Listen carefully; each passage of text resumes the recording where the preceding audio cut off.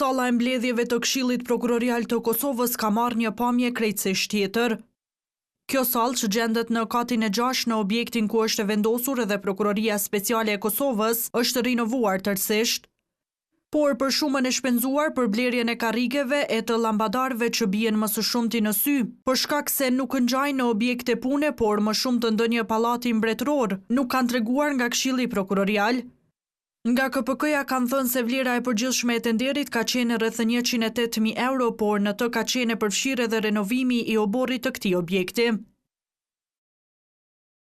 Në kuadër të kësaj kontrate ka qenë përfshirë edhe renovimi i sallës së takimeve të KPK-s. Brenda kontratës, si përmendur, janë përfshirë të gjitha punimet dhe elementet e renovimit, përfshirë edhe sallën e takimeve. Vlera totale e kontratës, renovimi i oborrit dhe hapësirave të brendshme të objektit të KPK-s, PSRK-s, ka qenë 108.502 euro. Brenda kësaj vlere është përfshirë edhe renovimi i sallës së mbledhjeve.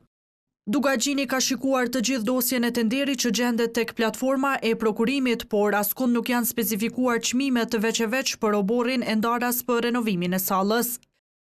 Aty është dosja me specifika që ka kërkuar KPK-ja e është i bashkangjitur edhe plani final për renovimin e oborrit si dhe të sallës së mbledhjeve.